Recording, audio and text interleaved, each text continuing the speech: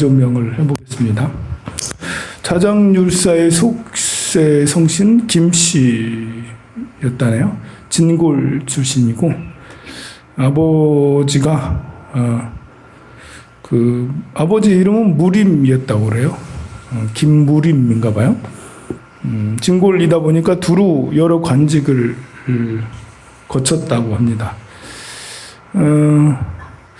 나이가 많아도 오래도록 아이가 없었어요. 그래가지고 이 삼보님절에 천수관음상 앞에서 천수관음상을 조성해가지고 그 앞에서 자식을 낳았으면 하면서 생남의 소원을 지극정성으로 빌었습니다. 소원을 빌면서 만일 사내 아이를 낳으면 시주하여 불법의 바다에 나루터로 삼겠습니다. 라고 그렇게 이제 서원을 하여 아이를 낳기를 소원을 했는데 어느 날 무림의 부인이 별이 이렇게 떨어져서 몸으로 들어오는 꿈을 꾸고 태몽이 이제 별이 떨어지는 태몽을 꾸고는 그 아이를 낳았는데 낳은 날이 4월 초파일 날 부처님 오신 날에 태어나가지고 선종랑이라고 불렀어요. 선종랑. 참 좋은 종자다. 이제 선종랑이라고. 이 아이는 성장을 하면서 정신이 의지가 아주 맑고 또 슬기로우며 문학적 사고가 아주 풍부해서 또 세속의 정취에 물들지 않았다고 그래요. 아주 이제 맑은 아이였다고 그래요. 그런데 안타깝게도 일찍이 부모를 여의었어요. 부모님이 워낙 늦게 낳았기 때문에 일찍이 부모님을 여의어서 세속의 시끄러움을 싫어하고 전답을 모두 다 털어서 절을 지었어요. 절을 짓고 원영사라는 절을 세우고는 스스로 혼자 깊숙한 산속 토굴에 들어가서 일이나 호랑이나 이런 야생 동물을 피하지 않고 거기서 수행을 했다고 그래요. 이 백골관, 이 고골관을 닦았다는데요. 이제 수행하는 방법이 여러 가지가 있는데, 이렇게 우리가 늙어 죽어서 백골이 되는 걸 관하는 거예요. 이 나이가 들면 이제 빼빼 마르잖아요. 이렇게 마를 고자, 이제 고목할 때 고자예요. 고골관이라는 게. 빼빼 마르고 이렇게 추해지고 막 이렇게 하다가 백골이 되는데, 이것을 생각하는 이유는 세상의 무상함을 생각해서 몸에 대한 집착 또 여러 가지 이제 탐욕심을 내려놓기 위해서 하는 거죠. 탐욕이 많은 사람한테는 이렇게 고골관, 백골관을 자꾸 하면 욕심이 사라져요. 특히 이제 내가 스스로 못생겼다고 생각해서 열등감이 있거나 아니면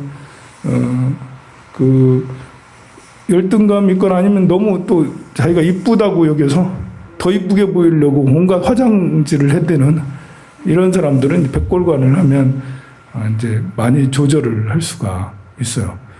또 뭔가 이제 보석을 너무 좋아하는 사람들도 장신구를 너무 좋아하는 사람들도 백골관을 하면 다 쓸모없는 것이 되니까 점점 거기에 대한 애착들을 많이 내려놓을 수 있죠.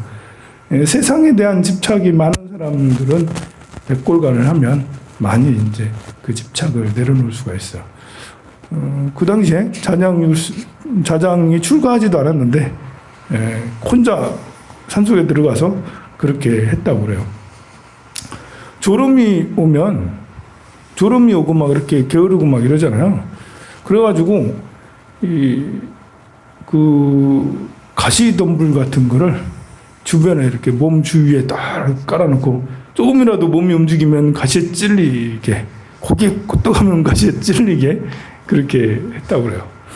그런 생각도 막 공부하다 보면 그런 생각도 해요. 이렇게 위에다 칼을 대가지고 여기다가 이렇게 혹시 고개가 딱 떨어지면 칼 딱 이제 이렇게 다치게 하려고 이제 그러니까 절대 졸지 말게 하려고 여기 목에다 딱 칼 같은 날카로운 이런 것들을 하는데 나중에 어떻게 된 줄 알아요?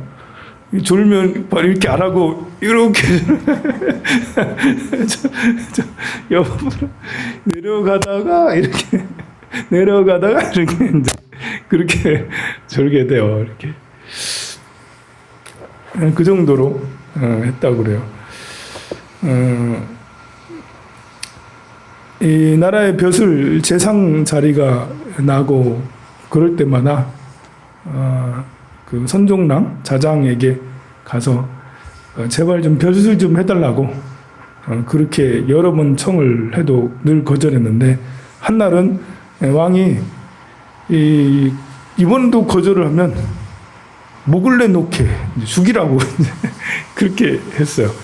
그러자 그 자장율사가 이런 말을 합니다. 온영 일지계이사 불원 100년 파괴이생이라고 얘기를 해요. 무슨 말이냐면 내 차라리 하루 동안 계율을 지키다가 죽을지언정 파괴하여 100년 동안 계율을 어기면서 살기를 원치 않습니다. 라고. 하루라도 계율을 지키며 사는 것이 좋지 100년 동안 파괴하면서 사는 것을 원치 않는다고 계율을 중요하게 여겨요. 이 말을 듣고는 왕이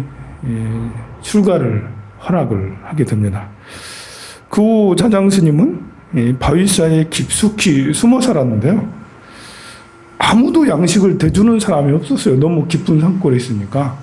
근데 새들이 이제 양식을 가져다가 자장유사한테 드리고 해서 그거 받아먹고 살았다라고 그래요.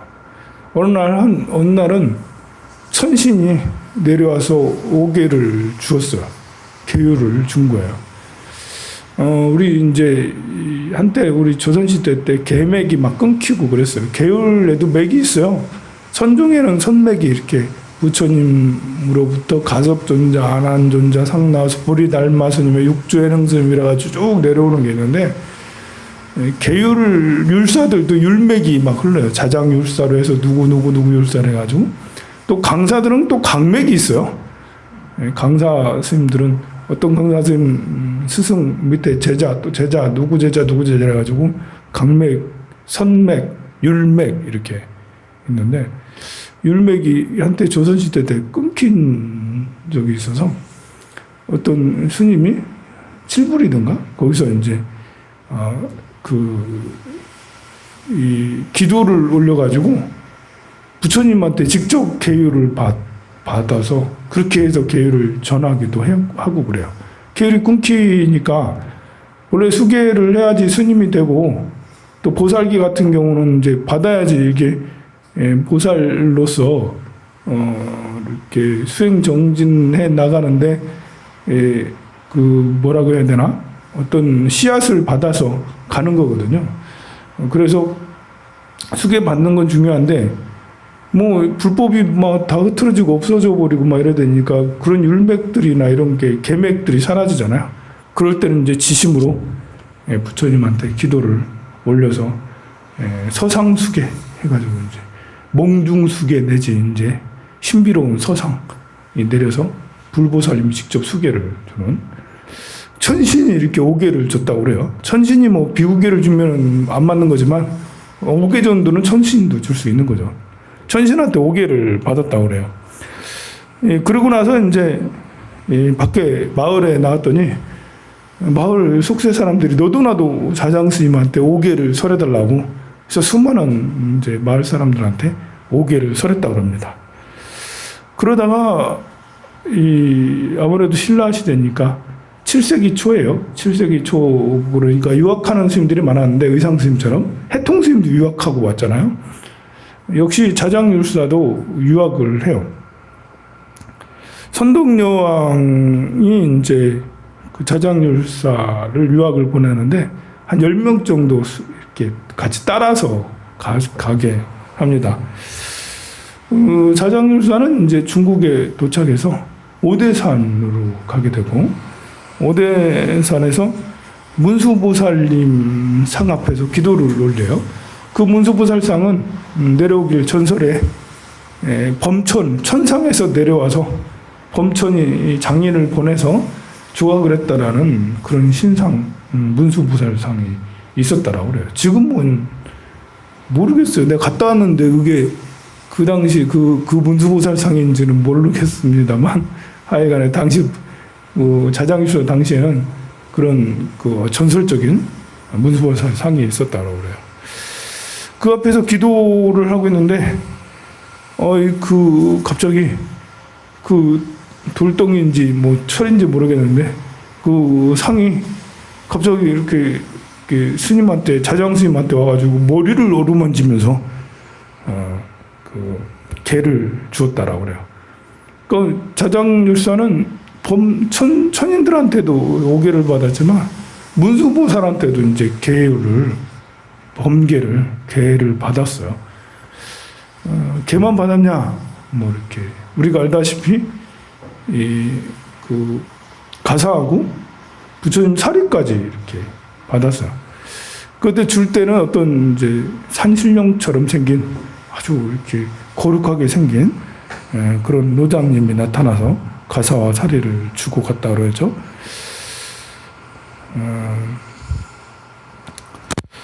또 그 중국에 몇 년 있을 때 선덕여왕은 중국의 황제한테 칙서는 아니지, 서신을 보내가지고 자장유사 좀 보내달라고 우리 큰 스님 좀 보내주세요 라고 이렇게 해가지고 큰 스님이 돌아오게 되는데요. 중국 황제한테 많은 선물을 받아 뭐 비단 가사나 비단 뭐 500단 이런 것들을 받고, 또 황태자한테도 여러 선물을 받고 신라로 돌아옵니다. 또 부처님 불쌍하고 또 신라가 경전이 별로 없으니까 여러 경전들과 함께 모시고 오게 돼요. 이 귀국하고 나서는 분황사, 경주에 있는 분황사에 주석하시면서 궁에 가가지고 대승론을 설법도 하고 그랬다고 합니다. 스님이 설법하고 그러면 갑자기 안개 같은 게 쭉 껴가지고, 왜 우리 공연 같은 거 보면 이제 안개 이렇게 뿌려주잖아 보면, 그런 것처럼 안개가 쫙하니 신비로운 현상들이 있었다고 그래요. 그리고 워낙 이제 덕이 높아서 조정에서 이런 결정을 내려. 이 불교가 동방으로 들어온 지 비록 오래되었으나 불법을 유지하고 받드는 규범이 없으니 만들어진 이치가 아니면 바로잡을 수 없다라면서 칙서를 내려서 자장스님을 대국통으로 삼았어요. 대국통으로 삼고 이 스님들의 모든 규범을 승통에게 위임하여 주관하도록 했어요. 그러니까 자장율사가 규율대장이 된 거야 이제. 승가의 모든 스님들의 규율대장을 삼아서 규율을 이제 설하게 했죠.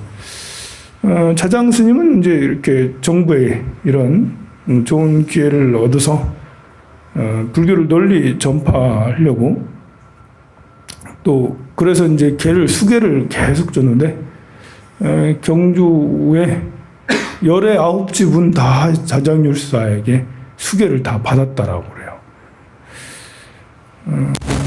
또한 출가하는 사람 날로 많아져서 이렇게 출가 붐이 일어났어요. 자장율사가 이렇게 규범을 잘 세우니, 그래서 통도사에 계단을 만들었어요. 출가하는 사람이 많으니까 출가하려면 비구계를 설해야 되잖아요. 그래서 뭐 황룡사도 있겠지만 통도사에 따로 계단을 만들어가지고 거기에 부처님 사례탑을 만들고 거기서 금강계단을 만들어서, 대웅전 앞에 현판 이렇게 보면 금강계단이라고 있잖아요. 그때 만든 거예요. 그때 금강계단을 이렇게 만들어서 출가하는 스님들을 다 거기서 이제 수계를 받도록 했습니다.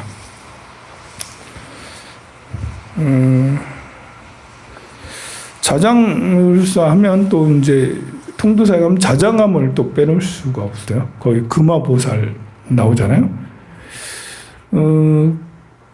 이 자장 스님이 이제 자장암에 이렇게 해서 수행하고 있는데 부처님한테 맞이 지으려고 쌀을 이렇게 씻고 옹달샘에서 씻으려고 하는데 씻으려고 할 때마다 깨구락지가 아니 부처님 맞이를 씻는 옹달샘에 깨구리가 자꾸 있어서 깨구리 이렇게 한 쌍이 있어서 잡아가지고 약간 이제 다른 데다 이렇게 풀어놓고 다음날 보니까 또 있어. 또 풀어놓고 또 풀어놓고 계속 있어가지고 이건 예사로운 일이 아니구나 이런 생각을 하고는 개구리를 자세히 이렇게 보니까요. 다른 개구리랑 달라서 입가하고 눈가하고 이런 데가 금빛이 이렇게 돌더래요. 이거 좀 신비하구나 이러면서 또 등에 거북처럼 이렇게 무늬가 있다네요. 이거는 필시 부처님과 인연이 있는 개구리 같다라고 자장율사는 그냥 옹달샘에 개구리가 살도록 그냥 두었다라고 합니다. 그런데 겨울이 되니까 겨울이 돼도 계속 있는 거예요. 그래서 법당 뒤에다 자장율사가 이제 신통이 있으니까 바위에다 구멍 뽕 뚫어가지고 구멍 뽕 뚫어서 거기에 이제 살도록 그렇게 개구리를 옮겨줬다고 그래요. 그러면서 죽지 말고 영원히 살면서 이 자장암을 지켜라라고 축원까지 해주셨다라고 그래요. 이렇게 이제 개구리에게 수기를 주고는 개구리를 금화라고 칭을 했습니다. 그래서 우리는 금화보살이라고 그러죠. 그 뒤에 이제 이 개구리를 금화보살이라고 불렀는데, 근데 이제 경봉 스님이 12살 때, 경봉 스님 열반하신 지가 한 40년 됐으니까, 이제, 100년 전도 더 되는 일이죠. 12살 때, 당시 80세였던 용익 스님이라고 있었는가 봐요. 지금은 알지도 못하는 스님이고, 이 스님이 발언하기를, 해인사에 있는 대장경을 이렇게 인경을 해서 좀 소장을 하고 싶다라는 그런 이제 발언을 해서 100일 기도를 했다라고 그래요. 100일 기도를. 마지막 한 일주일 정도 남겨놓고는 통도 다 대웅전에서 했을 거 아니에요. 갑자기 대웅전에 이렇게 탁자 위에 개구리가 이제 자장암 개구리가 거기에 탁자 위에 딱 이렇게 계시는 거예요. 이거 신비한 현상이다. 이건 무슨 필시 가피가 있을 거다. 그래서 마지막 7일 동안은 이제 철야정진을 했다라고 그래요. 그렇게 해서 기도가 끝나자마자 어느 시주자가 나타난 거예요. 이렇게 할 수 있는 팔만대장경을 인경할 수 있는 팔만대장경을 그래서 세 지를 인경을 해서 하나는 통도사, 하나는 해인사, 하나는 송광사에 이렇게 다 이렇게 소장하도록 그렇게 했다라고 그래요. 이게 8만 한 2,000장 되는 그런 경판을 목을 다 칠해서 그걸 인경을 하려고 해봐요. 몇 달이 걸려요, 그게. 굉장히 많잖아요, 양이. 그것도 재본도 해야 되고, 보통 역사가 아니거든요. 그런 걸 하겠다라고 원력을 서 기도했는데, 금화보살이 나타나가지고, 그 원력을 이루어줬다. 라고 그래요. 나중에 이제 태응 스님이라는 스님이 자장암 법당에서 이제 법당 증축불사를 위해서 기도를 이렇게 하고 그러는데, 개구리가 이제 법당 탁자 앞에 나와 있는 거예요. 그래서 스님은 좀 궁금하잖아. 그래서 여러분들이 이제 어쩌다 한번 자장암 가지만 스님은 맨날 살잖아요. 그래서 이제 1년 사철 내내 이제 개구리를 연구했어요. 들여다보고 또 이벌이 어떻게 생겼나 했더니 봄에는 어떤 색으로 생기고 여름에는 어떤 색이고 가을에는 어떤 색이고 겨울에는 어떤 색이고 이렇게 색이 약간씩 조금씩 변화하고 그러더라라는 것이죠. 그런 기록도 있는데 그건 뭐 굳이 얘기 안 해도 될 것 같네요. 뭐 이렇게 자장 가보면 알겠지만 이 구멍이 이렇게 있어요. 바위 중턱에. 근데 개구리가 한번 뛰어서 거기까지 쭉 올라가서 거기 구멍 들어가더래. 점프력이 아주 뛰어나다. 뭐 개구리의 점프력이야. 본래 뛰어나는데 하여간에 그렇게 했대요. 옛날 어떤 관리가 금개구리 소문을 듣고 자장함에 와가지고 개구리를 잡아가지고 혹시 정말 실력이 있나 싶어가지고 함에다가 이렇게 넣었대요. 그래가지고 이렇게 어디로 가져가려고 이렇게 하는데 나중에 함에 열어보니까 없어졌대. 어디 갔나? 분명히 이게 함에다 넣었는데 없어져서 본래 있던 자료로 돌아갔다고. 그래서 금화보살에게 얽힌 여러 가지 이야기가 1500년 동안 살다 보니까 이제 여러 가지 이야기들이 참 많이 있습니다. 이 자장율사가 한 것 중에 이제 뭐 별로 마음에 안 드는 것도 있는데, 당시만 해도 신라의 관복이 그렇게 체계적이지 않았는가 봐요. 관원들이 입는, 관리들이 입는 옷이. 그래도 유학하고 왔다고 자장율사가 이제 그 관복, 중국의 관복대로 신라도 그렇게 관복을 입게 하고, 또 연호도 이제 중국 연호를 쓰게 건의를 했다라고 그래요. 이건 별로 마음에 안 들어요. 우리만의 복식과 우리만의 연호를 쓰는 게 좋은데 중국에 했다고 그래요. 그래서 이제 중국에서는 여러 이제 오랑캐 중에 신라를 제일 놓쳤다. 이제 뭐 별로 마음에 안 들지만 그랬다고 그럽니다. 말년에 그 경주를 떠나서 지금 강릉, 이제 당시는 명주군이었어요. 강릉에다 이제 수다사라는 절을 짓고 거기서 있었는데, 거기 있으면서 중국 오대산 북대에서 만났던 똑같은 그런 신령스러운 형상을 하는 스님을 보게 됐고, 스님께서 자장율사가 하는 말이 내일 너를 대송정에서 만나게 되리라 라고 해서 참 신기하다 생각해서 대송정에 도착하니 과연 정말 문수보살이 계셨어요. 문수보살이.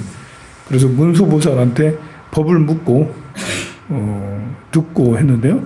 거기서 문수보살이 다시 태백산 갈반지에서 만나기를 기약하자. 그렇게 하고 호련히 사라졌다고 그럽니다. 자장스님은 태백산에 이렇게 찾아가서 어디가 갈반지지? 하고 있다가 이제 한 구렁이가 한 마리 웅크리고 쭉 있는 것을 봤는데, 지나가는 사람한테 물어보니까 거기가 갈반지래, 여기가 갈반지래. 그래서 거기에 정암사를 세웠어요. 거기다가 지금 있는 정암사를 세우고는 거기서 이제 문수보살이 오기를 기다렸어요.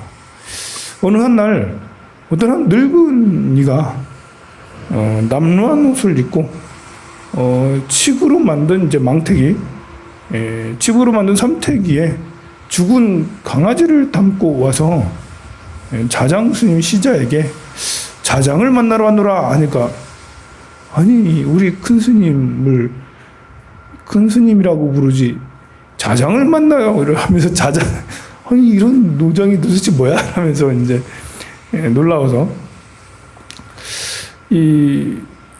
이렇게 오만한 것을 막 꾸짖으니까 그 노장이 하는 말이 네 스승에 가서 알레기나 해라 라고 이제 그러자, 좀 찝찝하지만 그래도 자장 스님한테 가가지고 이러이러한 사람이 좀 찾아왔습니다 했더니, 아이고 그지 같다 그냥 돌려보내라 해가지고 돌려보냈어요. 가라고 그랬어요. 그랬더니 그 노장이 하시는 말씀이, 돌아가야겠다 이러면서 남을 엽신여기려는 마음이 있는 자가 어찌 나를 알아보겠는가 이렇게 말하고는 그 삼택에 있던 강아지가 휘고련히 다른 걸로 변신을 하는데 푸른 사자로 샥 변신을 하고, 그 노장은 사자를 타고 후련히 가더라는 것이죠. 그러자 자장 스님이 그 말을 듣고는 그제서야 위를 갖추고 그 빛을 찾아서 서둘러 나갔지만 이미 이제 버스는 지나갔고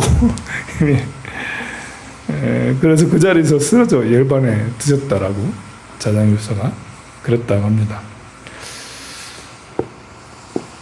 그럼 이제 그 자장 스님께서 이제 절을 지은 곳이 한 10곳이 넘어요.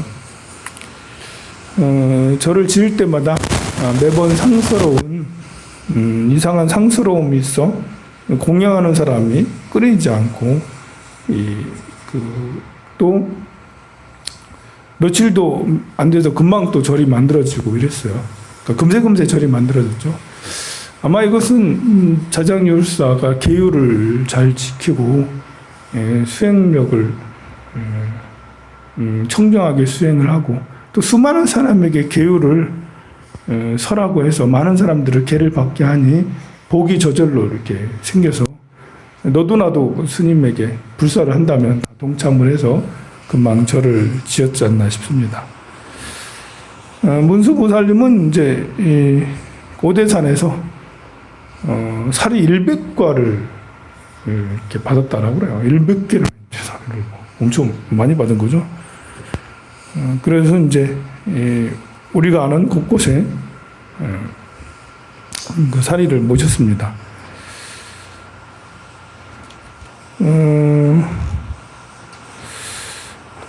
자장율사의 저술은 아미타경소 한 권, 아미타경의기 한 권, 관행법 한 권, 사분갈마사기 한 권, 십송률 목차기 한 권 이런 것도 있었으나 다 유실돼서 남는 것은 없다라고 그래요.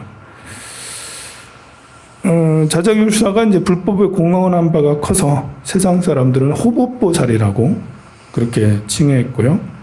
동경에 가면 흑륜사가 있는데 흑륜사 금당에 이 성인 10명을 이렇게 모셨는데 그 중에 자장율사도 그 안에 포함되어 있다라고 합니다. 네, 오늘 자장율사에 대해서 알아봤습니다. 성불하세요.